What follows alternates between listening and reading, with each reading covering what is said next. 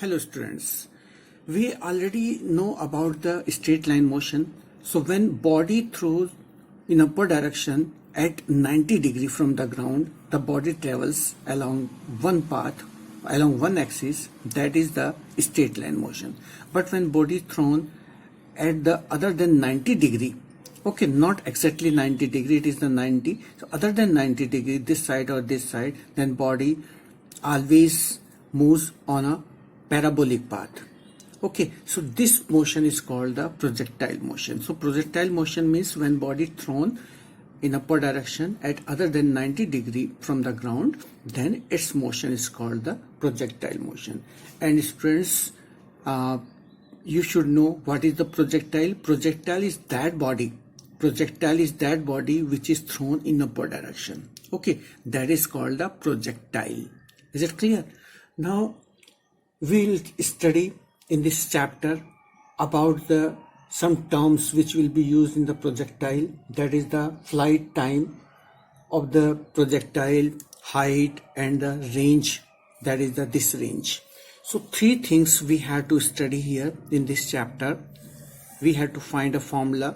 Suppose this is a body thrown in upward direction like this, so it travels along this type of shape. Okay, boys and girls, that is the students of all class 11th, please remember this path is always parabolic and we have to prove it. This range, that is the horizontal distance, is called the range. It is called the range.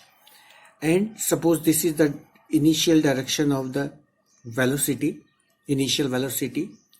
It is thrown at an angle theta. This maximum height up to which body goes, it is called the height of the projectile motion. It is the height. Okay, and the time in which it remains in the air is called the flight time.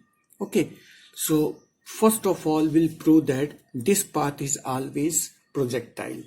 Okay, if we resolve this initial velocity u into vertical and the horizontal component, so it is the uy and it is the ux. Okay, uy means it is the u sine theta, and the ux means it is the u cos theta. Okay, this is the horizontal and vertical component. You should know why it is curved path, because at every point acceleration due to gravity works downward direction, because earth attracts, so body going in upward direction we will move downward direction also due to the gravity of the earth. Okay, so in this process the small g remains always constant in projectile motion, remember. Okay, so if we resolve at any point, suppose at any point the projectile is here. Okay, this is the direction of u. Again, if we resolve, this is the ux, this is the uy. Okay, and at the highest point only ux will be there and uy will be 0, vertical component. Now body is not going in upward direction, so uy will remain 0 here and ux this one. Okay, here the same you can see. Okay, suppose this is the u, so it is the ux and it is the uy. So uy decreases, becomes 0 and again increases. Okay, and returns to the surface again with the same velocity.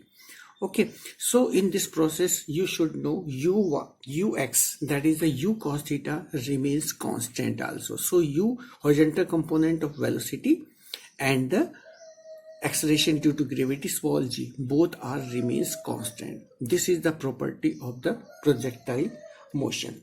Now if we find a formula to show that this motion is always a parabolic, we can show like this also.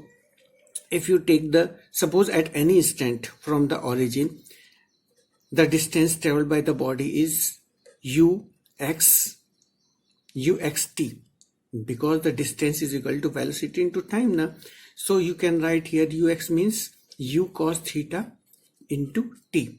Okay, and from here you can write t is equal to x upon u cos theta. Okay, this is the time taken, because in the same time body is moving in upward direction also, because it is a two-dimensional motion. So uy is equal to, using the formula, h is equal to ut plus half gt square. Okay, I'm using this formula.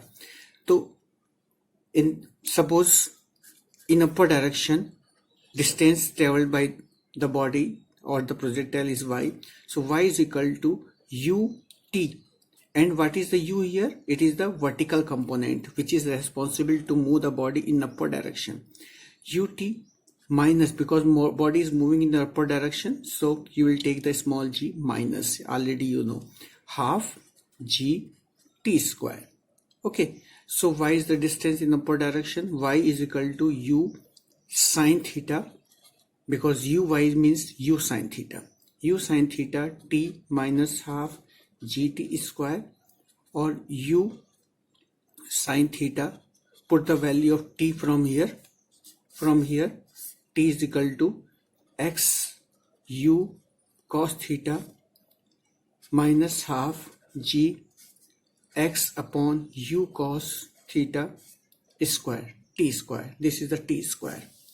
Okay, you can write, because sine theta, it is the cos theta, so sine theta upon cos theta means, sine theta upon cos theta means it is the tan theta. Okay, so it becomes y is equal to u tan theta into x, sine upon cos. Okay, u and u both are cancelled now here, so u will not here.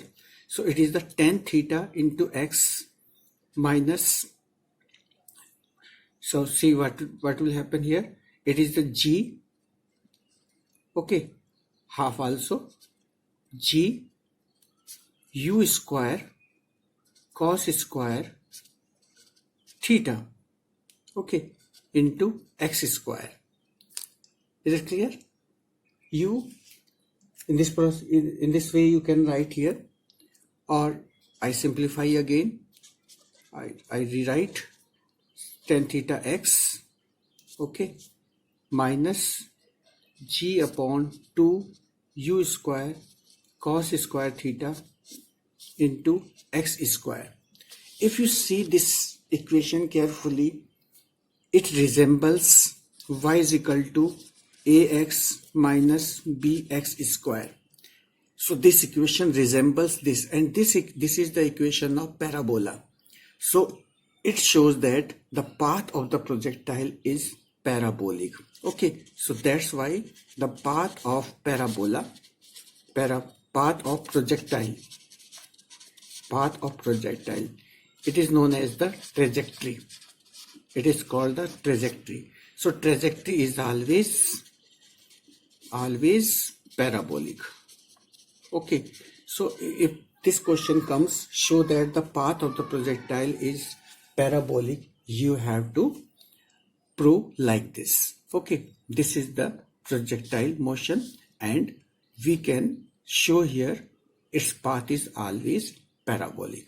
Thank you, students. In next video we'll discuss its three terms, that is the range.